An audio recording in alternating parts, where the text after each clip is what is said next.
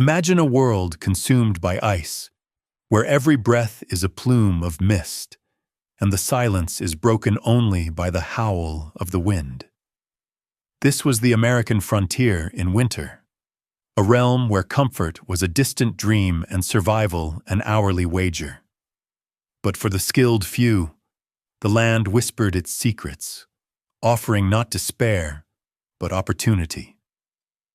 They mastered the primal crafts, the perfect winter shelter rising from snow-laden boughs, the crackling fire that cooked a meager meal and held back the encroaching dark. Join us as we explore the forgotten bushcraft of these pioneers, uncovering the raw ingenuity that allowed them to thrive, not just exist, in the wild's frozen embrace. Chapter 1. The Imperative of Shelter. Warding off the wild winter. When temperatures plummeted and blizzards raged, the first and most critical battle for survival was against the cold itself. Without adequate shelter, even the hardiest individual would succumb to hypothermia within hours. For the 19th century frontiersman, a dwelling wasn't merely a roof over one's head. It was a sanctuary, a barrier between life and the icy embrace of death. We're not talking about modern tents here. Their shelters were masterpieces of improvisation and intimate knowledge of the land. Consider the lean-to, a deceptively simple structure, yet incredibly effective when properly constructed. A sturdy fallen log or a few strategically placed branches formed the backbone, against which other branches, boughs of pine or spruce, and even hides were layered. The key was insulation. A thick blanket of evergreen branches provided a surprising amount of warmth, trapping air and keeping the bitter wind at bay. Often, the open side of the lean-to would face a large fire, reflecting its heat inward and creating a remarkably cozy space even in harsh conditions. The ground inside would be insulated with a thick layer of pine needles or dry leaves, further preventing heat loss from below. Then, there were snow shelters, a true testament to adapting to the environment. A well-built snow cave, or quinzee, leveraged the insulating properties of snow itself. Unlike an igloo, which uses blocks, a quinzee is built by piling up a large mound of snow, letting it sinter, harden, and bond for several hours, and then hollowing it out from the inside. The process was physically demanding but incredibly rewarding. The compacted snow, acting as a natural insulator, could keep the interior many degrees warmer than the outside air, often maintaining temperatures above freezing even when it was well below zero outside. A small ventilation hole was crucial to prevent carbon dioxide buildup, while a raised sleeping platform helped keep the occupant off the cold ground. These shelters weren't just about escaping the elements.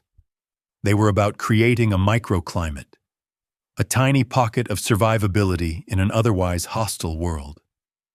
Every branch, every packed handful of snow, was a deliberate act of defiance against the wild winter.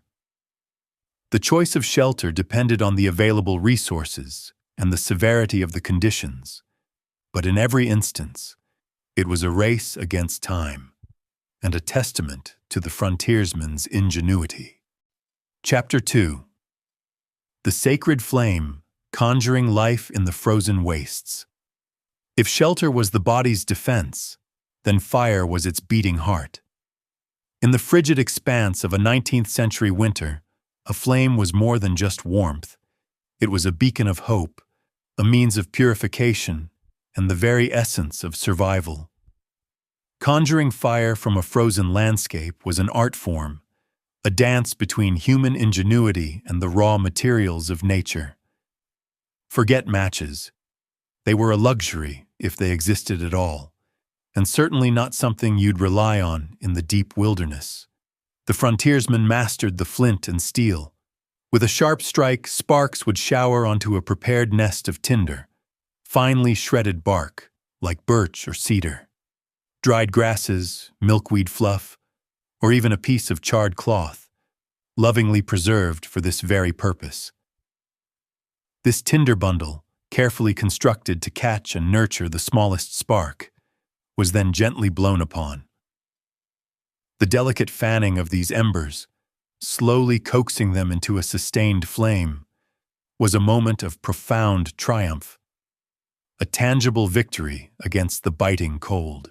Friction fire, though more demanding, was another vital skill, particularly when other methods failed or materials were scarce.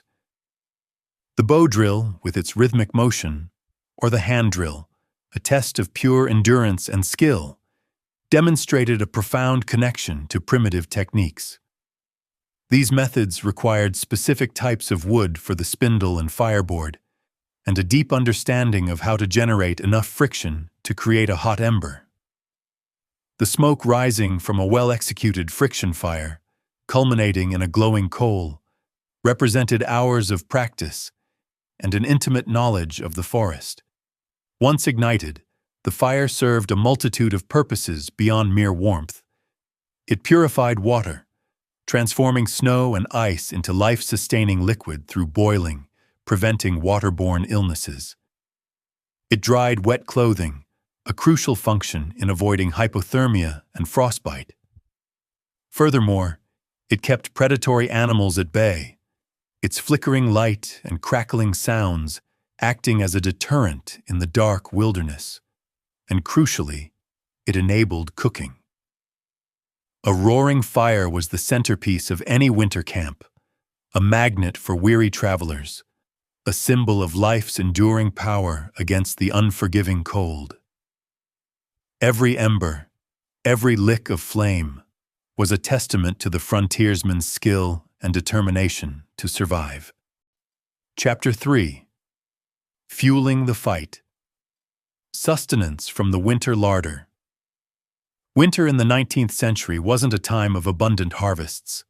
The land offered up its bounty sparingly, and securing sustenance became a constant, often desperate endeavor. Fueling the fight against the cold required ingenuity in foraging, hunting, and preserving food. The frontiersman's winter larder was built on resourcefulness and a deep understanding of the land's hidden offerings. Every calorie was precious, a direct input into the body's furnace to ward off the chill. Hunting was paramount. With game scarce, especially larger animals, every successful hunt was a lifeline. Small game like rabbits, squirrels, and grouse, though providing less meat, were more readily available and could sustain an individual or a small group. These smaller creatures were often snared or trapped, a more energy-efficient method than active hunting in deep snow. Trapping became an essential skill, allowing for a more consistent supply of protein when larger game was elusive. Even the hardy deer, though challenging to track and bring down in deep snow, provided a substantial bounty with every part utilized: meat for food, hide for clothing and shelter, and bones for tools or broth. Bear meat, if a bear could be found and safely hunted during its lighter sleep, was also a highly prized, calorie-dense food source. But meat wasn't the only source of sustenance. The knowledge of edible plants, even in winter, was crucial. Certain hardy roots, like cattail rhizomes or wild carrots, could be dug from beneath the snow or frozen ground, providing much-needed carbohydrates.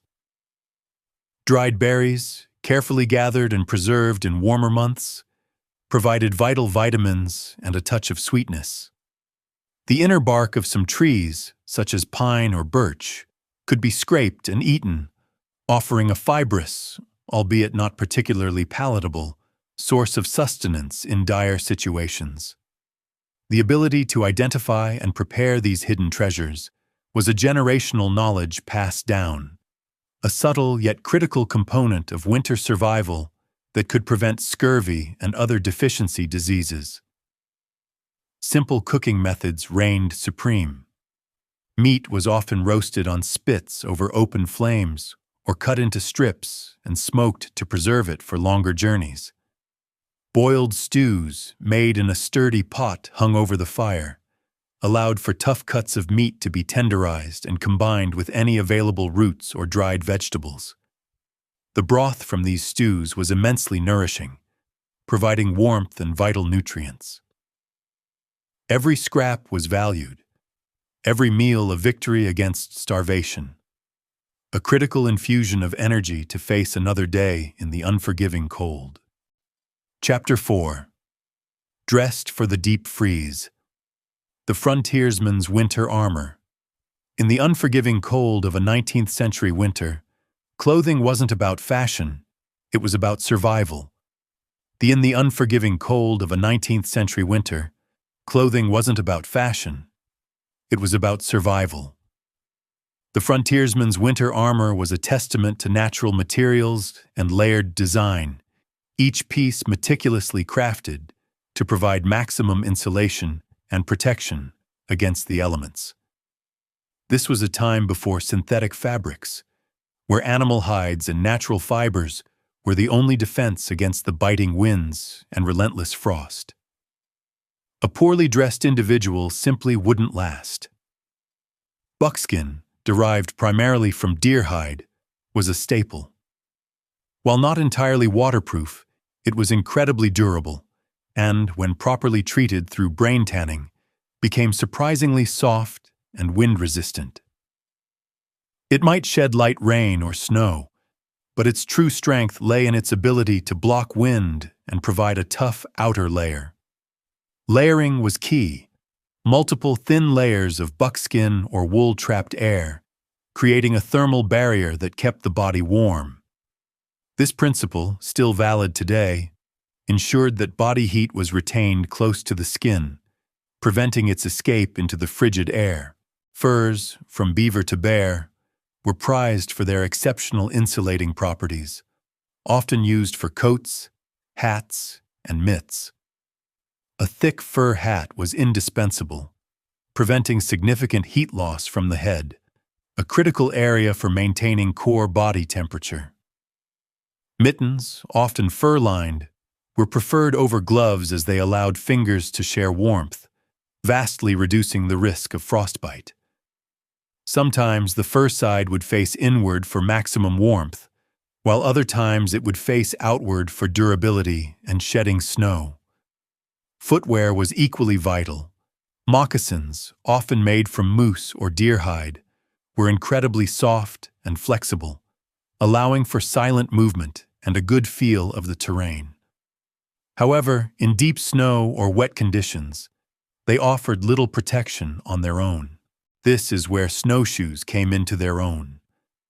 Crafted from flexible wood, like ash or willow, and rawhide lacing, these ingenious devices distributed weight over a larger surface area, allowing travel over deep, soft snow without sinking. Coupled with thick wool socks or wraps, often made from old blankets or scraps, they kept feet warm and dry, preventing frostbite, a constant threat in the frigid wilderness.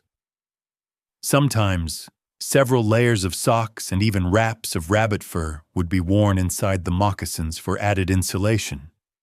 Every stitch, every piece of fur, was a deliberate choice, designed to ensure survival against the deep freeze, making the frontiersman a living, breathing testament to practical design and the mastery of natural materials. Chapter 5. Tools of the Trade and Tenacity. The indispensable and the intangible. Beyond the physical skills and material provisions, the 19th century frontiersman relied on a set of indispensable tools and an even more critical intangible asset, tenacity. These tools, though seemingly simple, were extensions of their will to survive, while their unwavering spirit was the ultimate weapon against despair in the face of nature's formidable challenges. The axe was perhaps the most crucial tool. It wasn't just for felling trees. It was used for shaping logs for shelter, splitting firewood in freezing temperatures, clearing dense brush for pathways, and even as a tool for defense against wild animals. A well-maintained axe with a sharp, keen edge was a lifeline, its reliable performance a testament to the frontiersman's preparedness and foresight. It was often carried in a sturdy sheath, ready for immediate use. The knife, ever present and often carried close to hand, was a versatile instrument for countless tasks. From skinning game and preparing food to carving traps, repairing gear, or even opening tightly bound packages, its utility was boundless. A good blade was sharpened regularly, its edge a reflection of the owner's diligence. Along with the axe and knife, a fire-starting kit, whether flint and steel or a carefully prepared bow drill, was guarded with utmost care. Its contents represented the very spark of life, the difference between a night of warmth and a night of hypothermia. Every component, from the carefully selected tinder to the reliable striker, was meticulously maintained. Other vital, though sometimes less obvious tools included snare wire or cordage for trapping small game, a sturdy cooking pot for boiling water and making stews, and perhaps a small awl or needle for repairing clothing and gear. Navigation tools, while not always as sophisticated as modern compasses, might include a reliable compass or a knowledge of celestial navigation and natural landmarks. A simple map, if available, could be an invaluable aid in uncharted territory. But beyond these tangible objects, however, lay the true strength of the frontiersman: tenacity. This intangible quality was the ability to endure hardship beyond imagining, to push past exhaustion, hunger, and bone-chilling cold. It was the grit to keep chopping wood when fingers were numb, the unwavering patience to set a snare day after day without immediate success, and the sheer mental fortitude to navigate through a whiteout blizzard when every instinct screamed to give up. This unwavering spirit, this sheer refusal to succumb to the wilderness, was forged in the crucible of their experiences. It was the ultimate, indispensable tool, allowing them to not just survive, but often against all odds, to thrive. Chapter 6: Echoes of Resilience. Lessons forged in ice and fire. The stories of 19th-century frontier survival in winter are not merely tales of hardship. They are powerful lessons in resilience, adaptability, and the profound connection between humanity and the natural world. The skills honed in the icy grip of winter, the ingenuity born of necessity, and the sheer tenacity displayed by these individuals offer timeless insights into facing seemingly insurmountable challenges. From mastering the art of shelter construction with only what the land provided, to coaxing life from a single spark in sub-zero temperatures, the frontiersman's journey was a masterclass in self-reliance. They weren't just surviving, they were innovating. They understood the language of the wilderness, reading subtle signs in the snow, anticipating the changing weather by observing animal behavior, and finding sustenance where others saw only barrenness. Their intimate knowledge of plants, animals, and the terrain was a living library, passed down through generations and honed by relentless practical experience. These experiences underscore the immense importance of preparation, not just in gathering supplies, but in cultivating a mindset that embraces adversity as an opportunity for growth and learning.